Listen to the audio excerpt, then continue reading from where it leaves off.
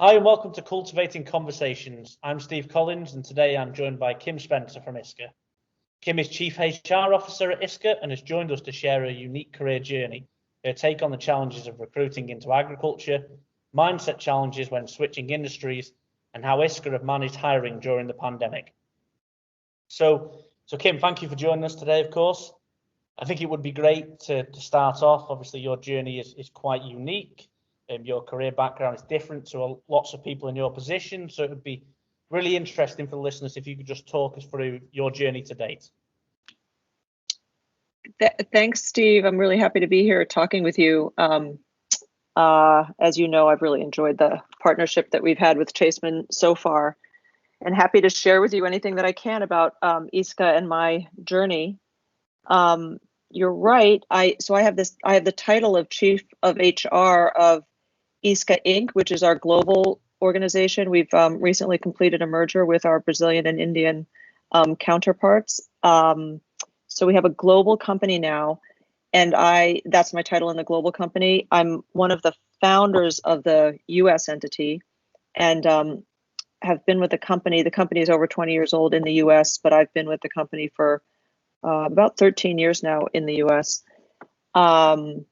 But what's unique about my journey is that I'm not an HR professional. I'm a doctor, a medical doctor by training. I'm an OBGYN by training, and I just, as with many startups, I joined the company, and had to wear many different hats. So I was first, I was one of the founders, one of the people that helped to finance the company, and then I came in as a regulatory person. So I was involved with regulatory affairs in the US, and then quickly moved, after a couple of years, moved into the people aspect of the company. I was really interested in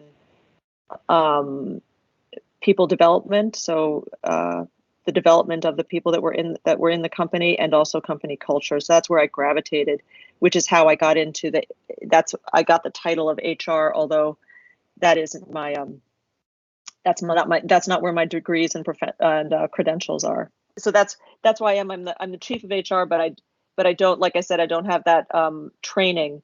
I just have training with people from my other career. So. And I suppose it's quite the change in direction to go from being a medical doctor to I guess your journey with ISCA. How did you find adapting? Well, for me, people are pretty easy. I really enjoy I enjoy my interactions with people. I enjoy teams. I enjoy groups. I enjoy facilitation. I enjoy coaching. For me, the biggest challenge has been the business aspect of it. There have been many times where I have put my head in my hands and wished that I'd had a business degree or a law degree, because I felt like that would have helped me more. But what people have told me along the way is it's the soft skills that are more difficult to teach and learn. And so I do think that I have some of those, and those have helped me. And the other things, I just try to pick up what I can and do the best that I can to keep up with the business aspect of things. Can you tell us more about ISCA and the business itself, Kim? Sure. So ISCA, what we do at ISCA is to develop alternatives to conventional pesticides using semiochemicals. So we use, most people have heard of pheromones. Pheromones are the chemicals that all animals, including insects, use to communicate between each other, among each other. The pheromone that people understand, sex pheromones the best. They're what's used for reproduction. So it's what a female insect will use to attract male insects, and that's how reproduction happens. So what we do is to use semiochemicals to manipulate the behavior of insect pests, agricultural pests. So if we can use nature identical products, like we can make the pheromones and put them into the field, what happens is we disrupt the mating of the insects, and then the population goes down to a point where it's not causing damage. We can also, in addition to that's a mechanism called mating disruption. The other mechanism that we use is called attract and kill, where we might put a very, very small amount of an insecticide into a product. So our formulation base contains both the semiochemical and perhaps an insecticide, and then we attract the males to that formulation, and they will get exposed to the insecticide that way. But what happens is with those two strategies is that we either eliminate the insecticides, which are frequently products or they're chemicals which cause harm in the environment. We either eliminate it completely or reduce significantly the amount of insecticide that's used in a field or per year by the grower, which of course helps the environment because it's not being put into the environment. So that's what ISCA does. It's an alternative to conventional methods, and we can either use it as part of an integrated pest management program, meaning we can use it with conventional controls, conventional methods, or we can use it alone. Okay. So that's what our product is. No, that's really interesting for me, and I think for all our listeners, because we're increasingly seeing the demand for greener solutions across all aspects of life, whether that be agriculture, whether that be automotive, all different sectors. We're seeing a push towards a greener, cleaner environment, and that can only be positive for the planet. Fantastic. So obviously HR covers a huge area, but our focus and our journey together has very much been recruitment. So could you share some of your insights and observations from your own experience recruiting into ISCA that may be applicable for others in the industry? Yeah, so let me start by saying that, well, first of all, I love recruiting. That may be one of my favorite aspects of the job. I don't think I mentioned that before, because I love talking about the company, the vision of the company, and trying to find the right fit, trying to find people that will fit in the culture of the company. Before we started working with Chaseman, I did recruiting using standard job boards. We have a close connection. Also, we have close connection with the university in town, University of California, Riverside, which is one of the reasons that we've stayed in Riverside. The company stayed in Riverside because we have a great source of talent there. What I found, and I'd done recruiting, so through job boards, Indeed, Monster, that kind of thing. I had used local recruiting agencies for some of the clerical positions, administrative clerical positions. We'd used temp agencies for our manufacturing group. And I tried we have an HR partner, a professional employment company, and called Insperity, who has been of great help to us. But I found that the recruiting through them, I thought was a bit expensive, and I didn't find that it was so much better than what I could do on my own. So when we first started looking at recruiting at the highest level of the company for the executive group, including particularly for the global organization, that's when we first engaged Chaseman. And for me, that was really a game changer, because what I felt like was you all could do, I felt like you all really partnered with us and got to know the company very well, got to know me very well. And through many conversations, I felt like you really had an understanding of our culture and our company. And we were able to, you were able to go through a lot of profiles for me and have some very, I think, deep conversations with candidates before they came to me. And I felt like it was just much more in depth than I'd gotten with the other recruiting agencies I had worked with that were more, that were based in the US and more local. So would that be your advice then? I guess obviously, as much as I'd like your advice to be work with Chaseman, it would make my life much easier. But would that be your advice, is to partner with an agency that really understands your culture and takes the time to get to know not just the business, but the people involved in the business? Yeah, I really believe that the recruiting agency, if you have the right people, they can, you all can ask questions that we really can't ask, and you can dig into the answers. And I can imagine doing it, and I try to do it on my own, but I know that the person that I'm talking to can't separate me from the company, and I just can't dig into it the same way as you would be able to, because you're a third party, you're objective. So they can just answer differently, and you can hear things and challenge candidates on them, I think, in a way that I am not able to. Oh, fantastic.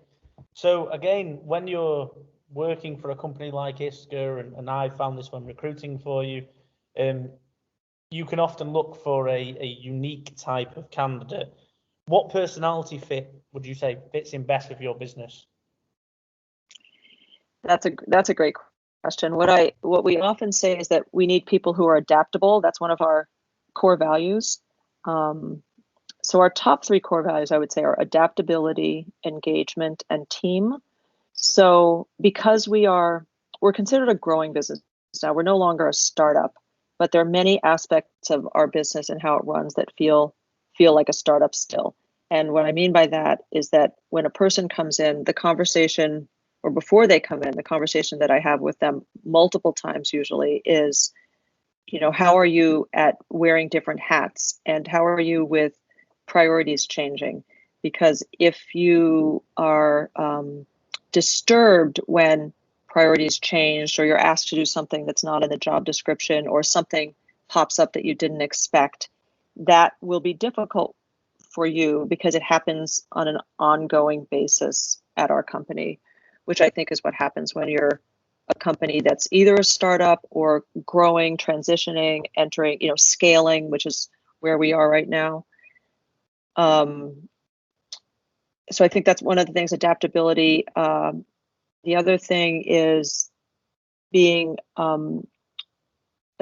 self-starter, being proactive, because there aren't other people in the company that are doing the job of of any person that we're hiring now. There's nobody else that's doing their job.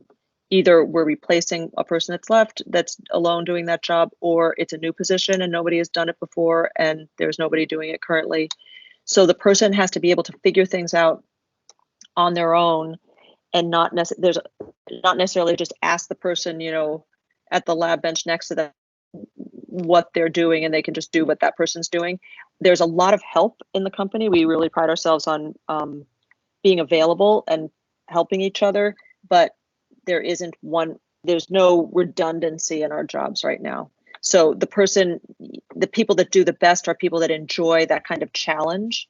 They enjoy, they enjoy challenge. They enjoy, starting something new, owning something, creating a role. So that's another thing that I look for. I think that's something No, go ahead. I don't want to stop you mid-flow. The one other thing that we talk about a lot, especially when I was doing the higher level hiring, was something that the chair of our board calls a yo-yo, which means that the person who may be a very high level executive needs to be able to come down into the weeds to a very granular level, to work with the actual nuts and bolts of the business. And so he calls that yo-yo, being able to go from from low to high and from high to low at the drop of a hat, changing that role from C-level executive to, manager above somebody who may be paid, maybe minimum wage earner or just above that.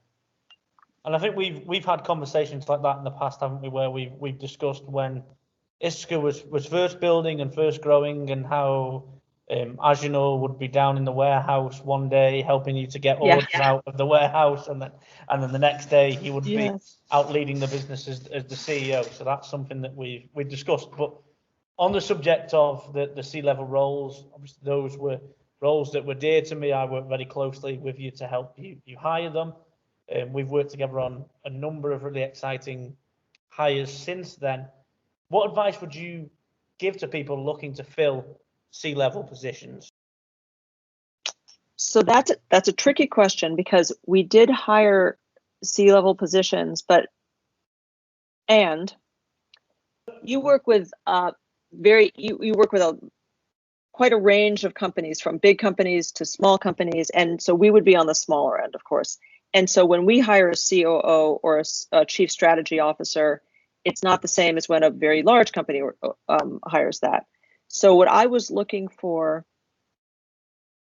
can't be translated to what other people are looking for, but basically what we were looking for was somebody with the skill set of like I just mentioned, the skill set of a C-suite person, but who also was looking for the challenge, was also looking for the adventure of really being part of something growing, which meant that they really had to roll their sleeves up and be in the weeds with us, to help us get out of the weeds and elevate to be able to really scale and professionalize and get the structure in place and the discipline in place that we need to grow into a larger company. Okay, fantastic. And again, you kind of touched on it a little bit there with when you mentioned the transition from much larger businesses. But what do you think has been the biggest learning from you when you've watched people make that journey from maybe traditional ag into a company like ISCA, from a big business into a smaller business? What are some of the challenges that these people face? Yeah, so just backtracking a little bit there. So like I said, so some of these positions, I mean, I think you all were pretty surprised, and some of the candidates were surprised because sometimes they went through, 4 interviews, and the interviews that we had on site usually took the whole day. We didn't ever just fly somebody in for 2 hours and then have them fly out. I really felt it was important for the people that we were hiring to have a full picture of what was going on. I didn't want anybody to have surprises about what the company was like, what the site was like, what the offices were like, what the people at the front desk were like. I wanted them to sort of know what they were getting into so that there'd be no surprises.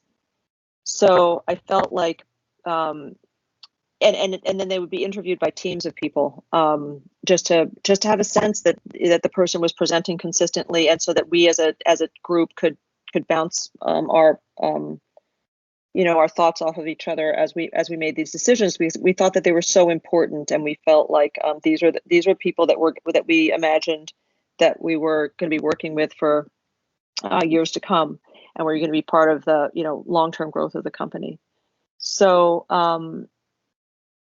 the question was, so what was I looking for? I talked about that yo-yo aspect of people and their ability to adapt, and their drive to be part of something, to be part of this challenge and the growth, which was going to be difficult. It was going to be, I knew that it was going to be a roller coaster. I knew that it was going to take perseverance and tenacity to get through some of these difficult times, meaning the growing pains of growing a company, growing a small company, scaling a company.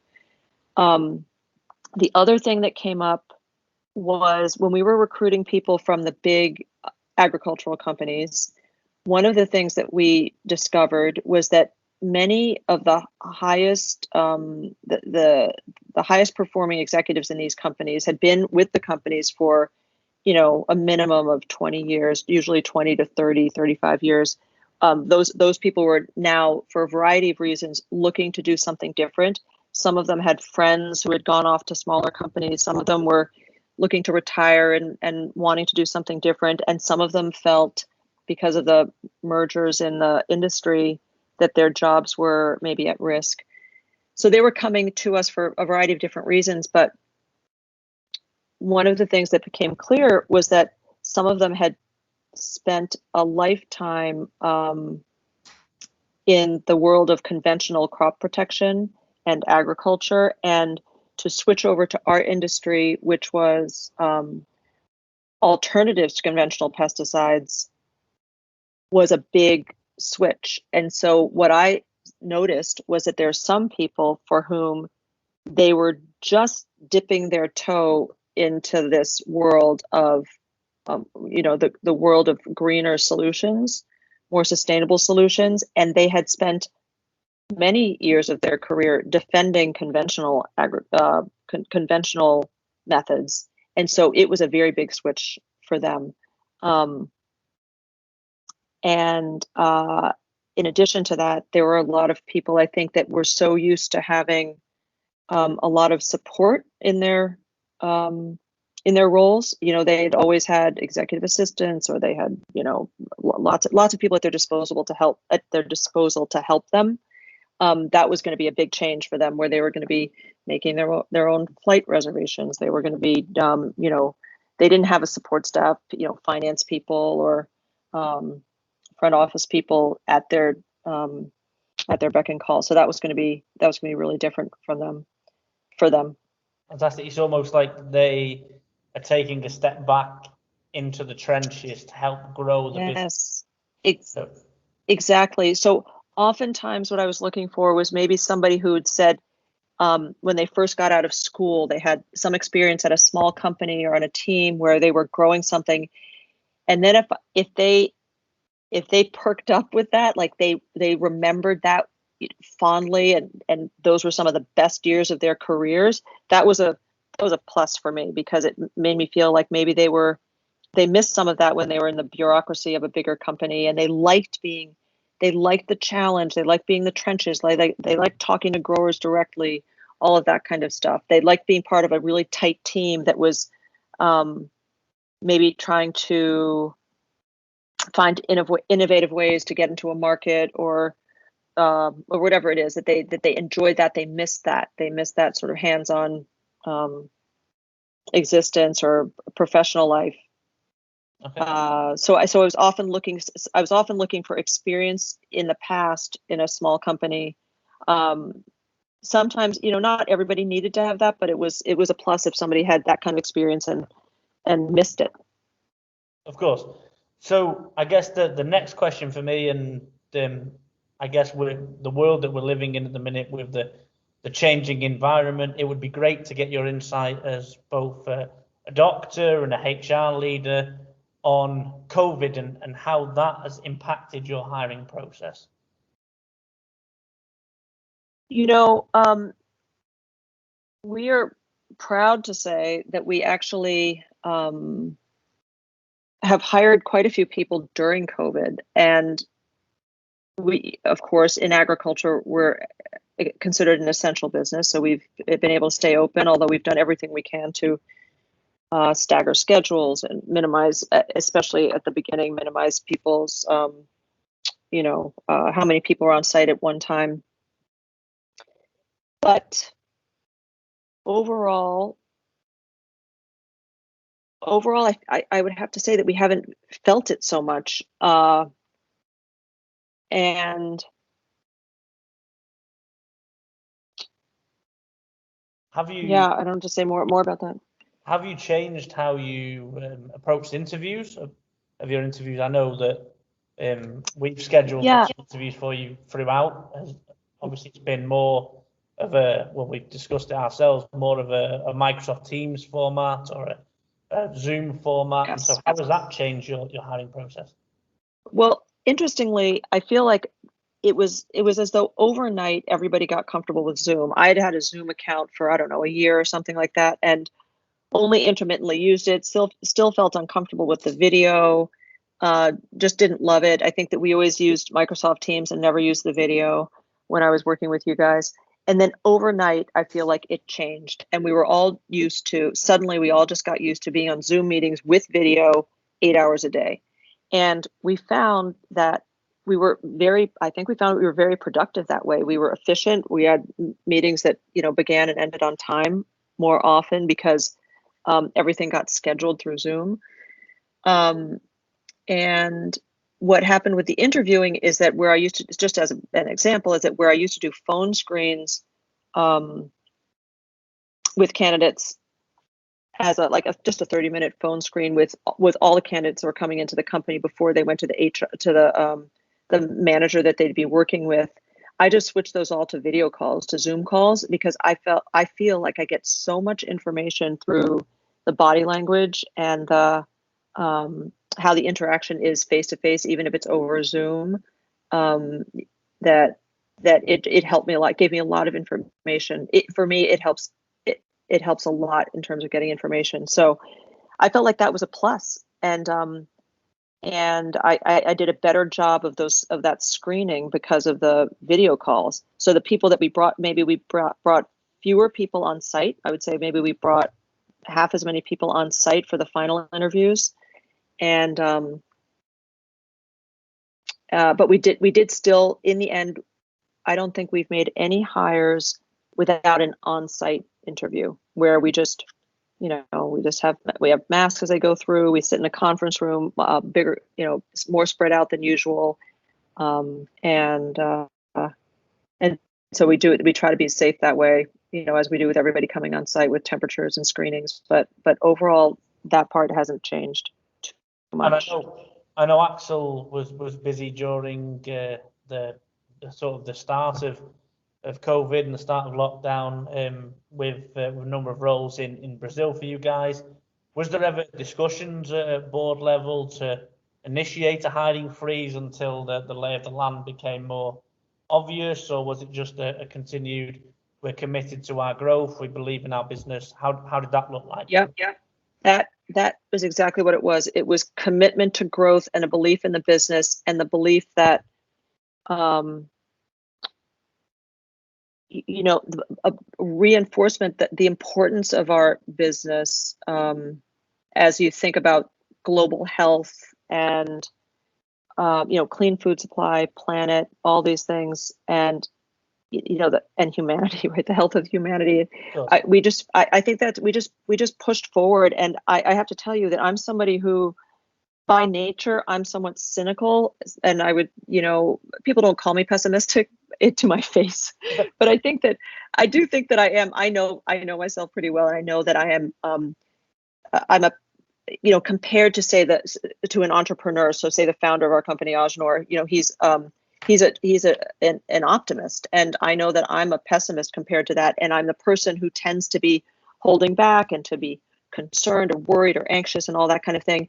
And at a certain point, I really felt, I just decided I'm just going to get on board with this. I believe in the products, I believe in the mission, and I believe that one has to, just has to take, it's a risk. One has to take a risk, and one has to believe that this is, these are products that are going to work, that there is a market for them. There is a need in the world for this kind of solution, and we just have to go for it and get the right people in, get the team together, the people into the company that can help us to get to the next level. And it is a risk, but so I'm just here to say, as a person who's been, and also because of my background as a medical doctor, I'm extremely risk averse. For me, my whole, I spent a career mitigating risk and trying to avoid risk and that kind of thing, or knowing that risk was a life and death, matter of life and death. And I just had to get over that because I don't think it's a way that I don't think we can grow if we don't just believe in what we're doing and move, get the right people on board. And they have to be people that understand the risk and actually sort of believe like we believe, right? And are willing to take the risk. So we also screen for that a lot, I think, during the interviewing processes. No, I agree, and I think from our side of things, it's been a pleasure to work with you and work with ISCA and work with the team and place people into the business. And I know that the guys that we placed, people that we placed there, are really enjoying their time. And I guess that brings us to conclusion, Kim. So thank you so much for your time. It's been a pleasure to catch up and chat to you and everybody who took the time to listen. If you could all rate, review, and subscribe, that would be great. And I look forward to seeing you all next time. Always a pleasure, Steve. Thanks for talking to me.